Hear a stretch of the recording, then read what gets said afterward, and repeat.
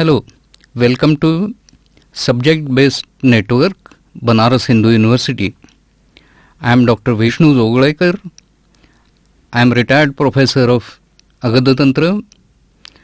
I have taught Kaya Chikitsa, Agadha Tantra, Swasthavritta, research methodology and many more subjects throughout my career.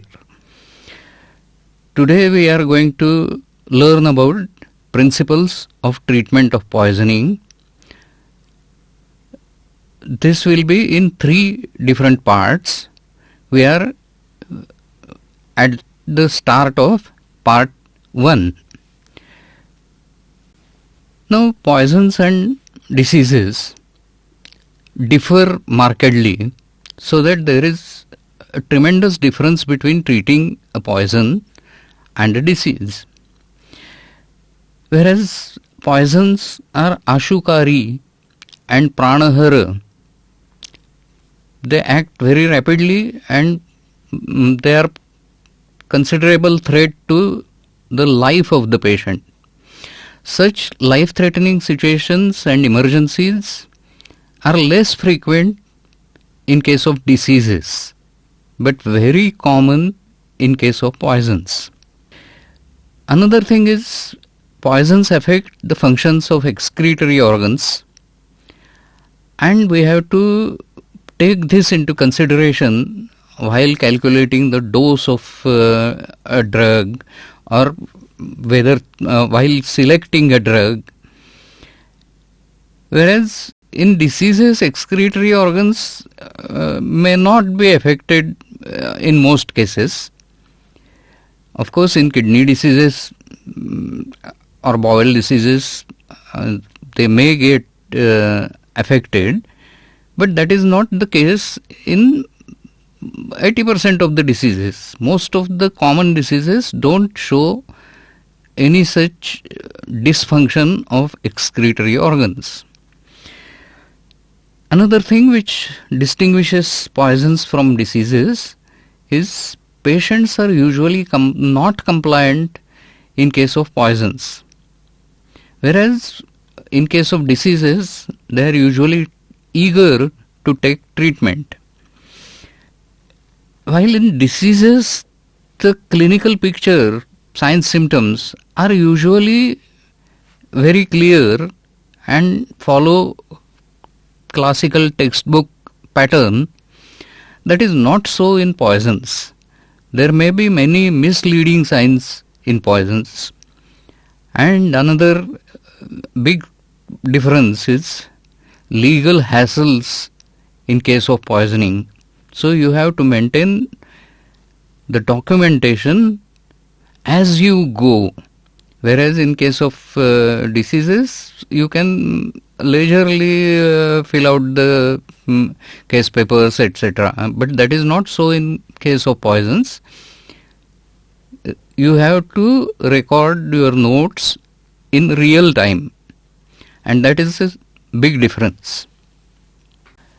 In diseases, the norm is rogam adau pariksheta tato anantaram aushadham. Whereas we don't have that much time in case of poisons. We are not at liberty to do a leisurely exam and arriving at a conclusion that a particular poison is responsible. That is that luxury we don't have in case of treatment of poisoning. What we have to do in case of poisoning is pratyakheya chikitsa. That means you do a pratyakhya. Now, what is pratyakhya?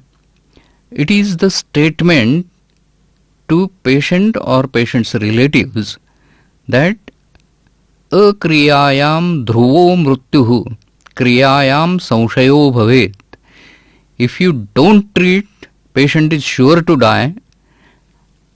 Even if we treat, there is no guarantee of life.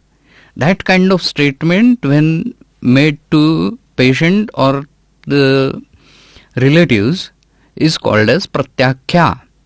And when we do treatment, after Pratyakhya, it is called as Pratyakheya Chikitsa, and that is the norm in poisoning cases, because we don't know whether patient is going to survive or not. We are trying our best. Another difference in treatment of diseases and poisons is Vishasya Visham Aushadham. A poison will be an antidote for another poison. Usually, a sthavar poison can be cured by Jangama poison, and Jangama poison can be cured by use of sthavar poison.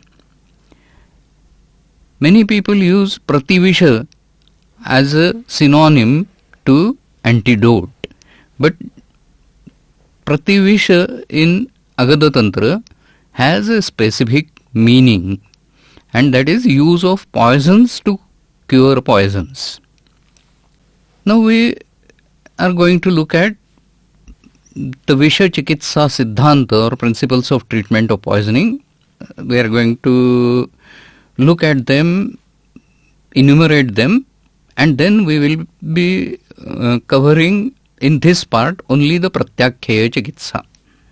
The first principle is Pratyakheya Chikitsa, and that mainly involves stabilization of vital functions.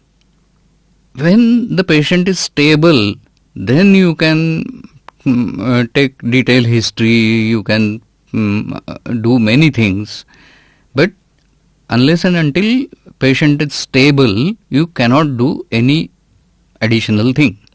So the next principle is localization or containment of poison, prevention of spread. Suppose a poison is ingested, we should try to encapsulate it or cover it, envelop it in the stomach only. That kind of thing is called as prasara pratibandha, or prevention of spread. The next principle that comes into effect is anavashoshita vishanarharana, removal of unabsorbed poisons. It is simple to remember, anavashoshita and unabsorbed. Both words start with ana. So unabsorbed poison, if it is removed, if it doesn't get access to systems, it will definitely have lesser effect. So stomach wash or emetics or purgatives, that kind of treatments help in removal of unabsorbed poison, anavashoshita vishanirharan. The next come the antidotes.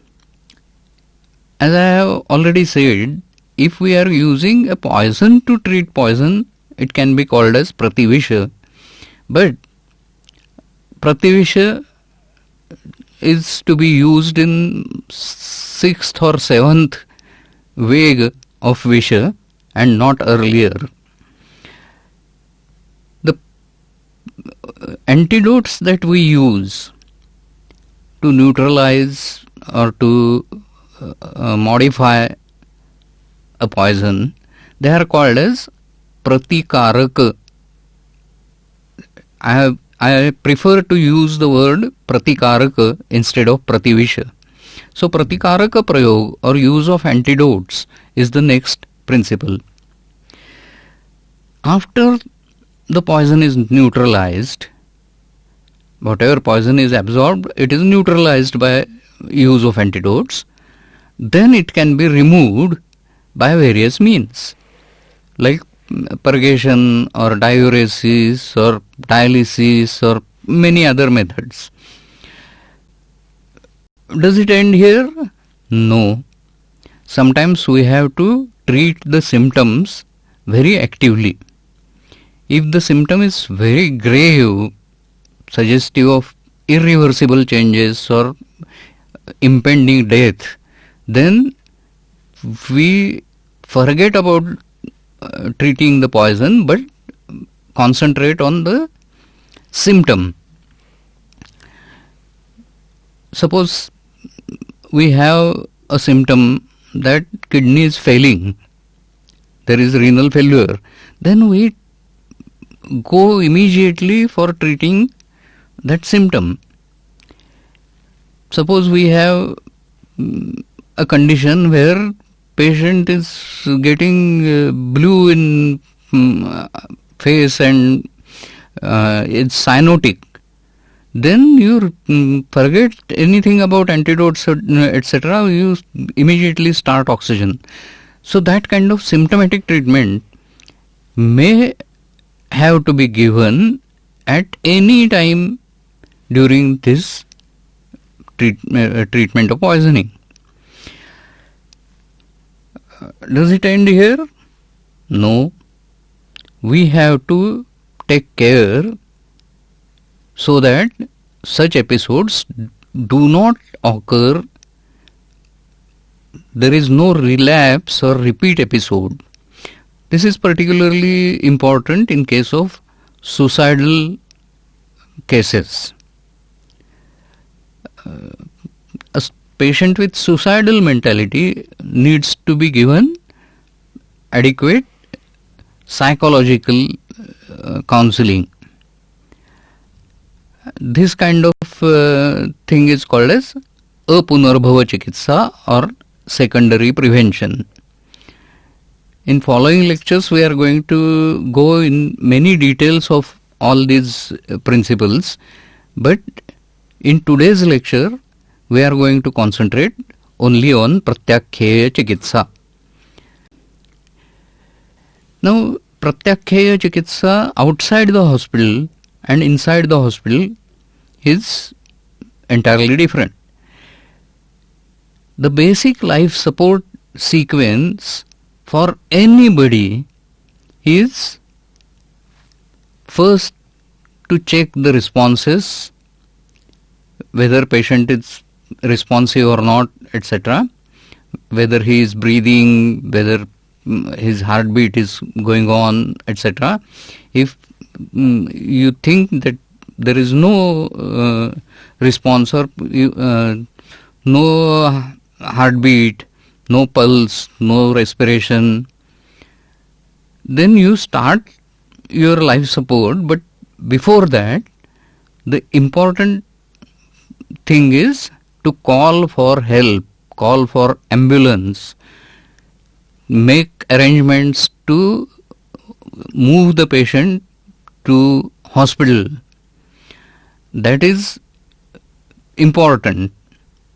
After you call for help, then you can open up the airways, check the breathing, and if there is no spontaneous breathing, you start immediate artificial respiration.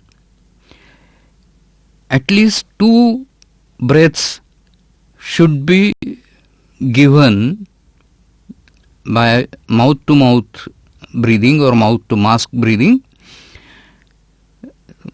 also called as kiss of life.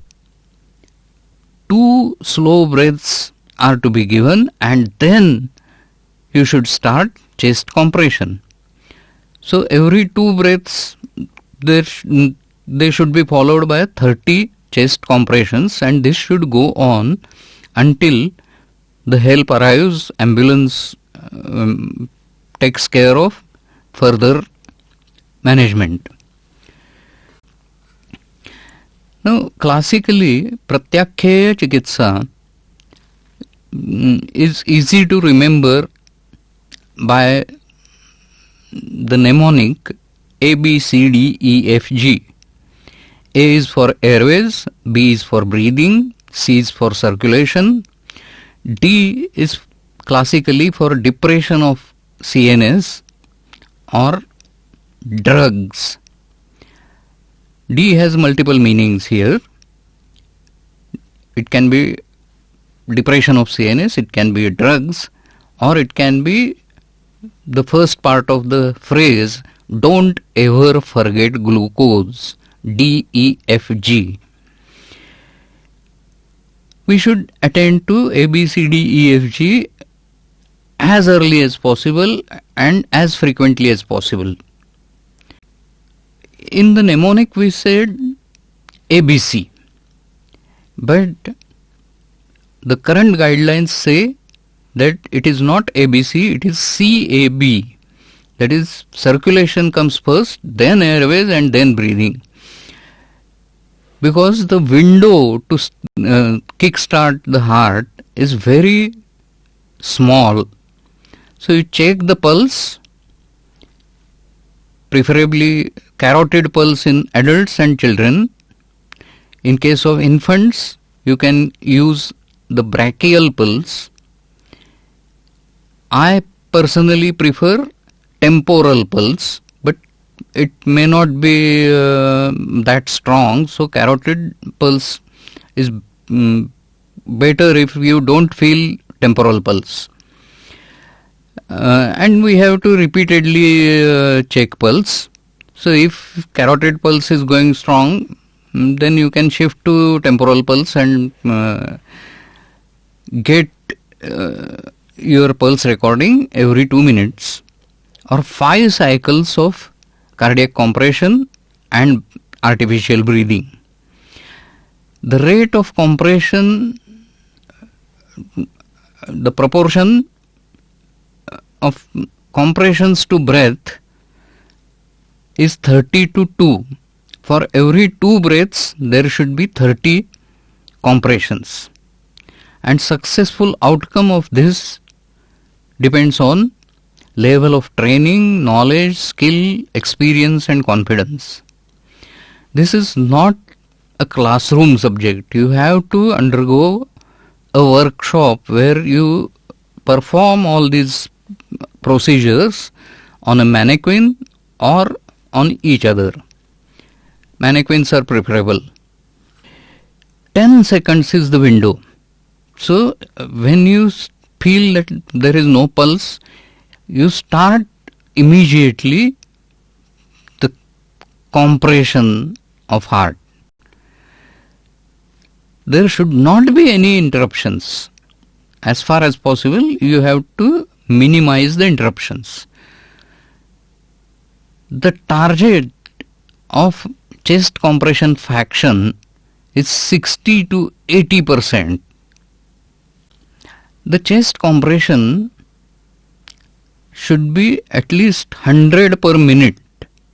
Range is about 100 to 120. After every 30 compressions, you have to give 2 breaths and complete 5 cycles in 2 minutes. Now 60 to 80% was for the depth of compression. At least 60 to 80% compressions should be at least 5 centimeters.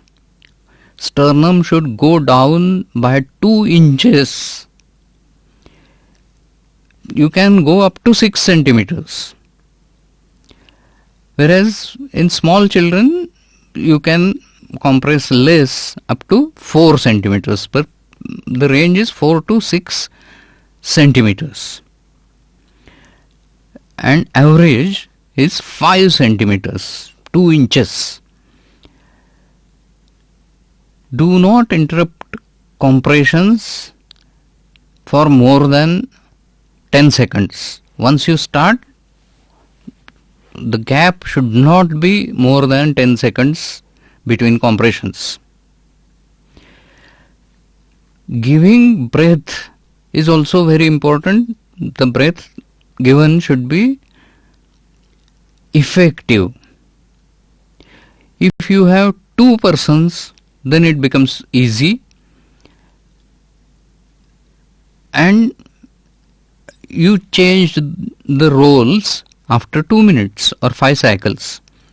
The one who is giving compression should shift to giving breaths, and one who is giving breaths should shift to chest compression. Because chest compression 5 centimeters every time, 100 times a minute is an exhausting exercise. So you have to change over if help is possible. Otherwise you have to carry on as per your capacity, and you should at least achieve 60% of compression. For airways, you have to do many maneuvers. The maneuvers are head lift, head tilt and chin lift. You have to practice these moves in the workshop because they should be in a smooth movement and as fast as possible without dislocating the jaw of the patient, obviously. But you have to lift the head of the patient, you have to tilt it back, and you also have to lift the chin of the patient. Then you look at chest movement. You put your cheek to the nose of the patient so that you can feel the air of respiration. You can see the movement of sternum, and at the same time during this head lift you should check temporal pulse. So by the time you complete this maneuver to start artificial breathing, you know whether pulse is going on or not, and this should happen in a single smooth movement so that you can start the cardiopulmonary resuscitation as early as possible. For airways, the common things are removal of foreign objects, particularly if artificial teeth are there. They may get dislodged and they may block the airways. You have to remove such visible foreign objects. You have to remove the fluids using a suction. You have to keep the mouth open using a mouth gag, and you have to use airway. If all these things fail, then you have to go for advanced treatments, skilled procedures like endotracheal intubation or tracheostomy. Both these procedures require special training and skill which you usually get during your internship or housemanship. This is a picture of head tilt and chin lift.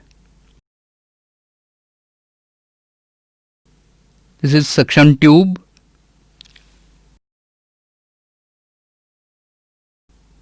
This is mouth gag. Now, the word is a little bit of an oxymoron. We do not gag a person with a mouth gag. We open up his mouth using a mouth gag. It is prevention of gagging that is happening with mouth gag. These are various airways. There are metal airways, there are plastic airways, there are nasopharyngeal airways, there are oropharyngeal airways, there are laryngeal mask airways, there are different endotracheal tubes, tracheostomy tubes. You have to get familiar with all those instruments during a workshop. Insertion of airway, mouth, oropharyngeal airway insertion is fairly easy. You just open the mouth, put the gag in, and the direction of airway should be its convexity should be towards your palate. Introducing nasopharyngeal airway is slightly tricky. You need some more training than oropharyngeal airway. And laryngeal mask airway will require laryngoscopy in addition to insertion of the tube. So it requires much more skill. Endotracheal intubation is a skilled procedure, and here we insert the endotracheal tube between the two vocal cords. Now, vocal cords are very sensitive organs, and if they are injured during the process, they will swell, and when they swell, they will block the larynx, they will pinch the tube, and the purpose of endotracheal intubation will be futile. So, you have to insert this endotracheal tube under laryngoscopy and without injuring the vocal cords. The time taken for swelling of vocal cords and blocking airways and shutting down the respiration is somewhere around 10 to 15 seconds. So you have to be very careful during endotracheal intubation. In tracheostomy, you have to take an incision below the cricoid cartilage and expose the semilunar rings of trachea in incise between two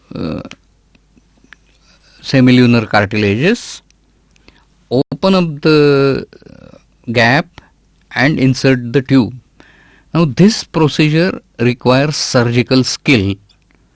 All surgical precautions like aseptic precautions etc. should be taken. And if a person is calling himself or herself a doctor, he should be able to perform tracheostomy. If you cannot perform tracheostomy, you are not a doctor. So, make it a point to learn about tracheostomy. This is again a picture of tracheostomy. By ensuring the airways, we make sure that whatever air is available is going into the lungs. But that does not ensure that patient is breathing. There may be no spontaneous breathing. The breathing center in the brain may be temporarily switched off. So what we can do is, on the field we can bring the patient to open and ventilated area and start mouth to mouth respiration, kiss of life or rescue breaths. If you have equipment, if you are in a hospital, you can immediately start with ambu bag. You can start oxygen.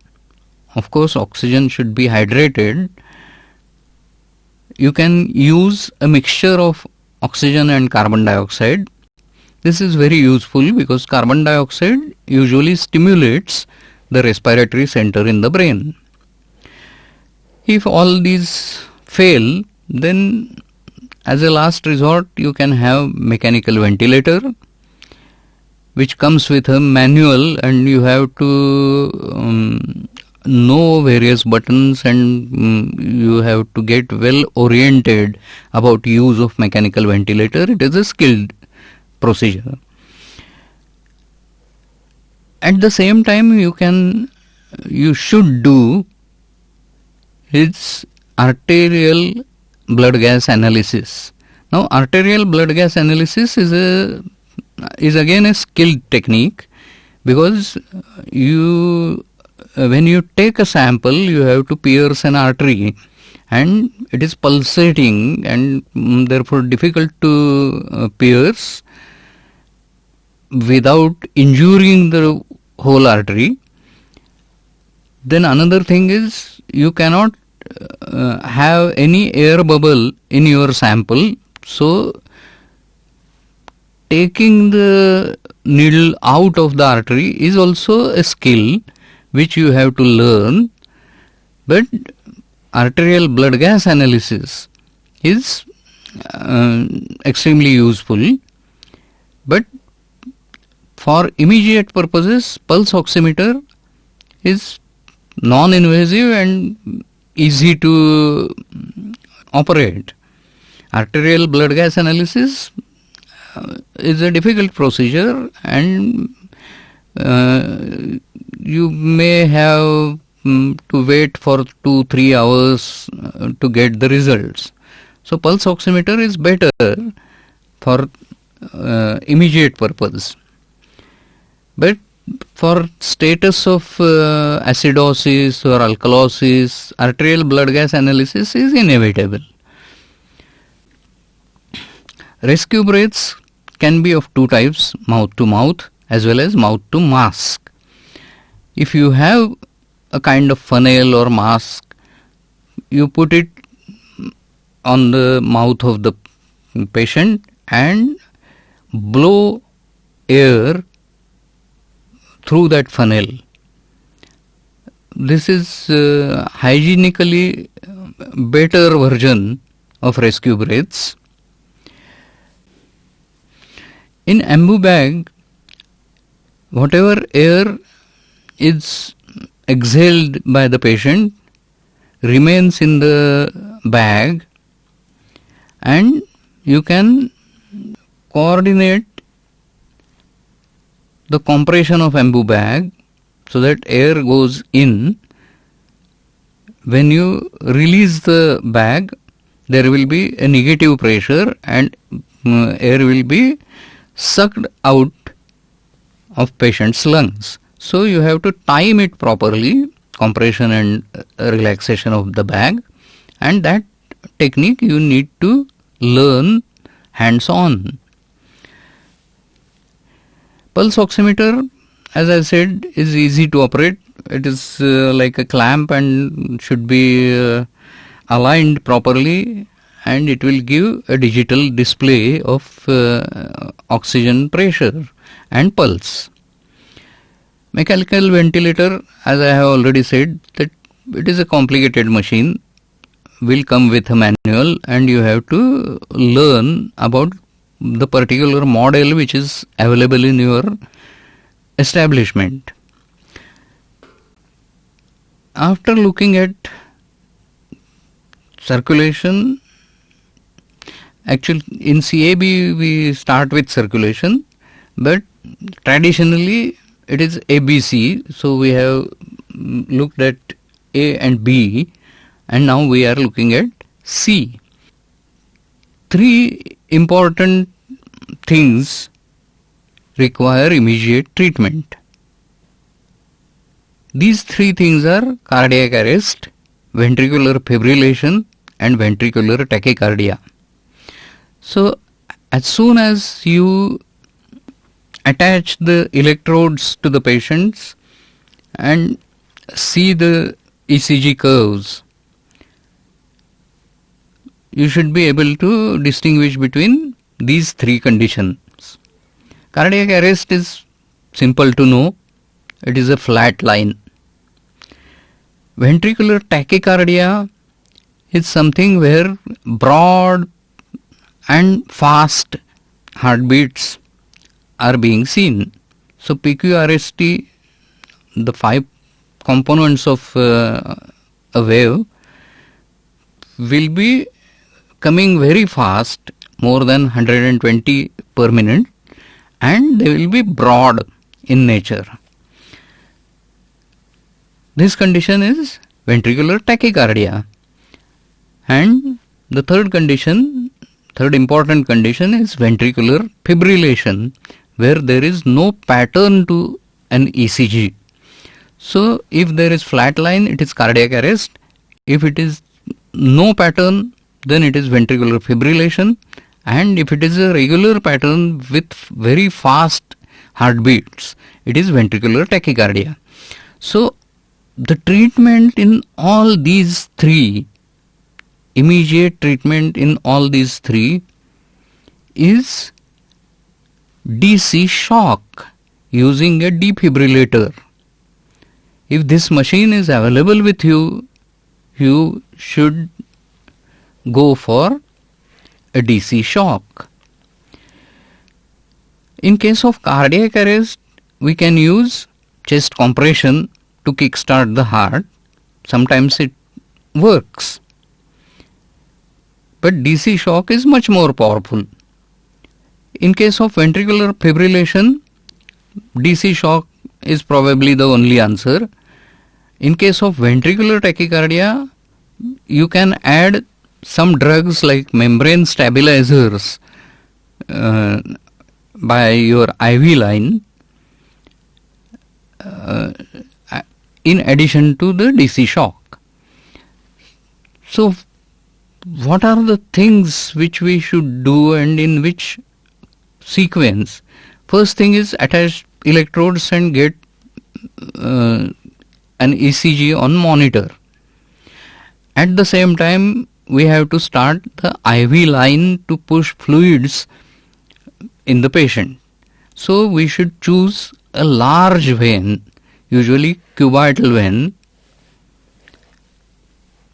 And the third thing is to measure central venous pressure.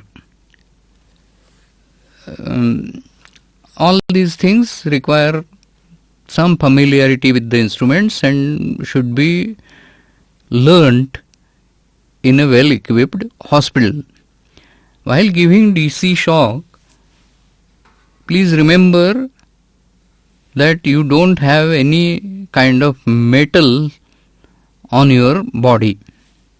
The DC shock is given with the help of two pads which are placed on the chest of the patient, and buttons to those pads are pushed simultaneously. Earthing is very important, and you have to make sure that you are not in the circuit. Otherwise, while giving the shock to the patient, instead of patient reviving, you have a chance to die. So please be careful and learn everything properly before using it on a patient. After giving the DC shock, the normal sinus rhythm may occur or patient may go in a different state. We have already seen cardiac arrest, ventricular tachycardia and ventricular fibrillation. Whichever state the patient is in, after the shock, he may jump to any other condition. Means a patient with ventricular tachycardia may jump into ventricular fibrillation or may go into cardiac arrest, or normal cardiac rhythm may be established.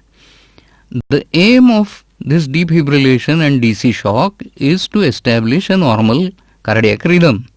So you may have to give shocks repeatedly to the patient until the normal ECG is established.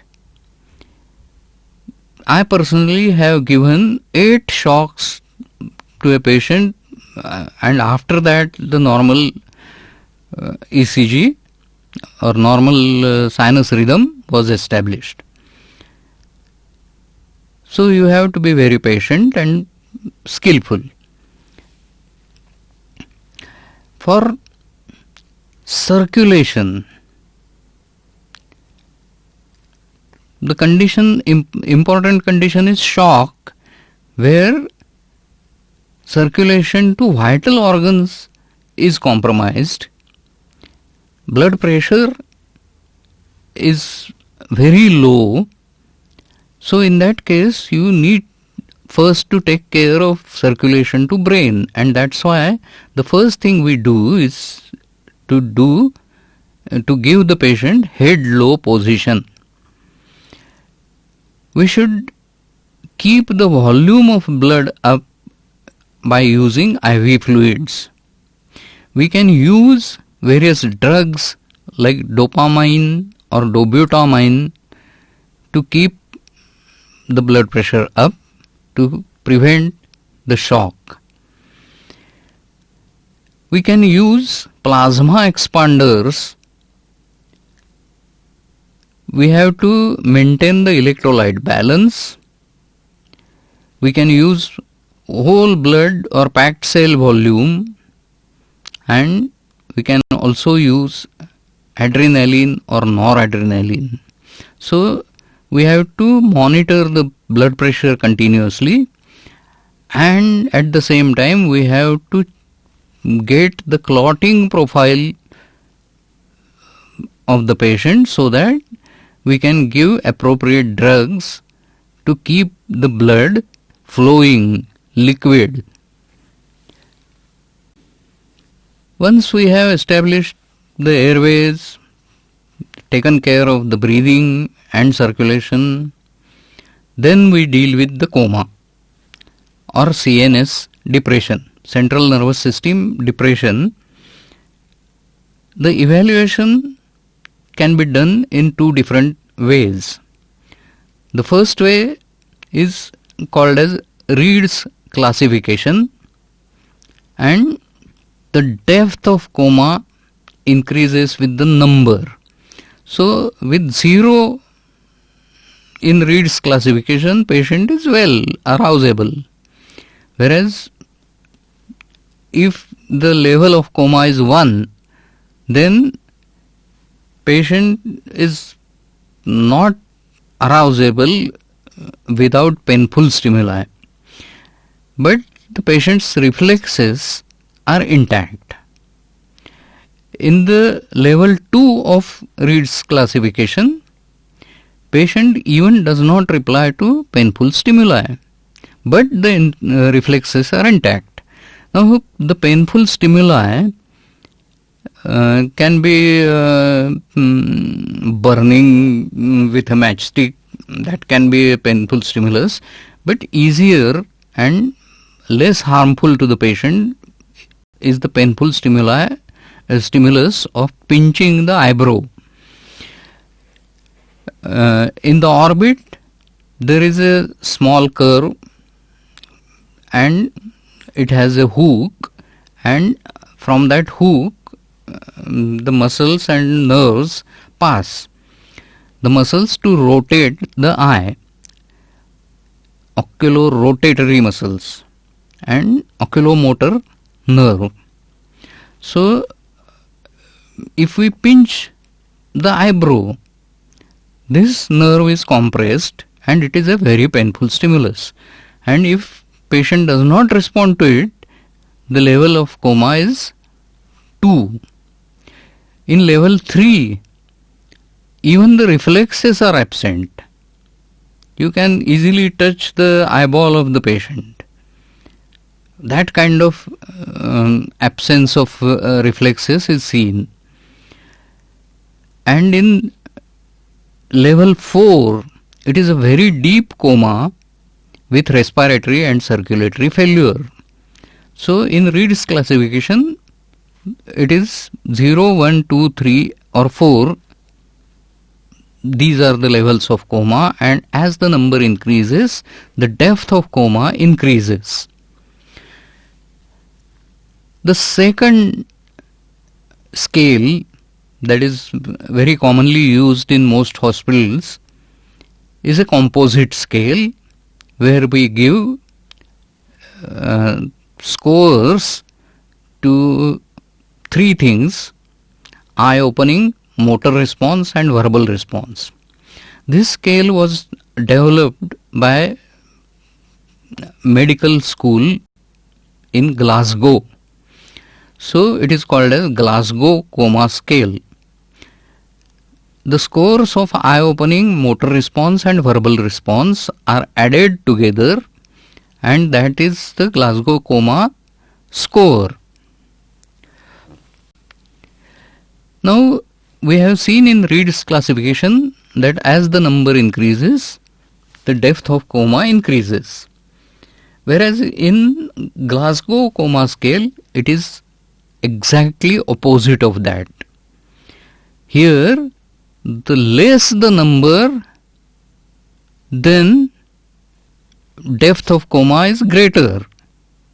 So, grade 4 coma in Reid's classification is very deep, whereas in Glasgow Coma Scale, eye opening score 4 his eyes are open and patient may not be aware of the surroundings, but eyes are open. So the level of coma is very shallow. And number 1 is eyes do not open even to supraorbital pressure. So Glasgow Coma Scale and Reid's classification go in opposite direction. That has to be remembered. So in eye opening, number 1 is eyes do not open even on supraorbital pressure. Number 2 is for pain from sternum or limb or supraorbital pressure, patient will open his eyes. Level 3, if you call the patient to open his eyes to speech, in a response to speech, patient will open the eye. It may not be necessarily to command, but it may be to voice or speech. And in score 4, it is spontaneous, eyes are open. Of course, patient may not be aware of the surroundings. After eye opening, the next thing is judging motor response. Again, less the number, the depth of coma is greater. Level 1 is no response to any pain and limbs remain flaccid. In level 2, shoulder is adducted and shoulder and forearm get internally rotated and the response is extension type of response. Extension suggests that level of coma is deep. If the response is flexor or if it is a withdrawal response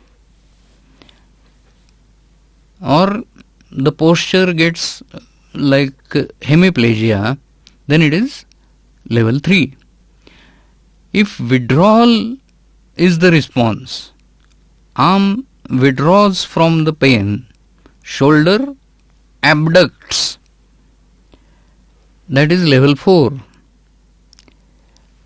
If the patient is able to localize the pain, it is level 5. Usually supraorbital or chest pressure, that kind of pains are given to the patient and patient attempts to remove that pressure. So he is able to localize the pain, that is level 5. And if the patient is obeying commands, show your teeth, show your tongue, if patient is responding to that, it is level 6 or score is 6. It is for verbal response. Again, 1 means no verbalization of any type. 2 means patient just creates some sounds, moans, groans, etc., but there is no speech. In level 3, speech is there, but it cannot form any meaning, any sentence is not possible. Sounds are intelligible. Means if he is asking for something or calling someone, that is possible. In level 4, patient responds, but his responses are not proper to the question. Patient is confused, disoriented. And in level 5, patient can converse and is oriented.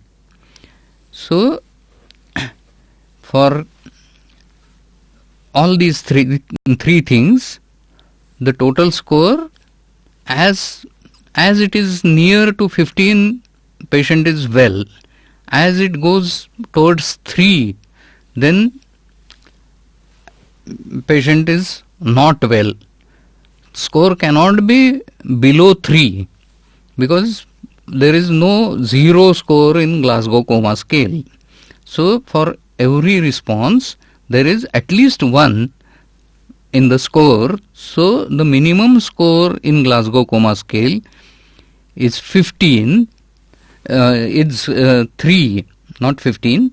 It is 3. And maximum score is 15. In case of coma, if the Reed's classification is 3 or 4, or Glasgow Coma Scale is below 8, then we should use coma cocktail. Now this coma cocktail is a combination of 3 things. It is 50 cc of 50% dextrose. Usually in many cases of poisoning, there is a rapid downward trend in blood glucose, and if brain has hypoglycemia, patient goes in coma. And 50% dextrose will show a dramatic effect. So 50% dextrose, 50 cc. It is accompanied by naloxone 2 milligram, because most of the cases of coma are due to opioid poisoning, and opioid poisoning is very common. Naloxone is the antidote for opioids, which is safe. So 2 milligram of naloxone. And third component of this coma cocktail is thiamine.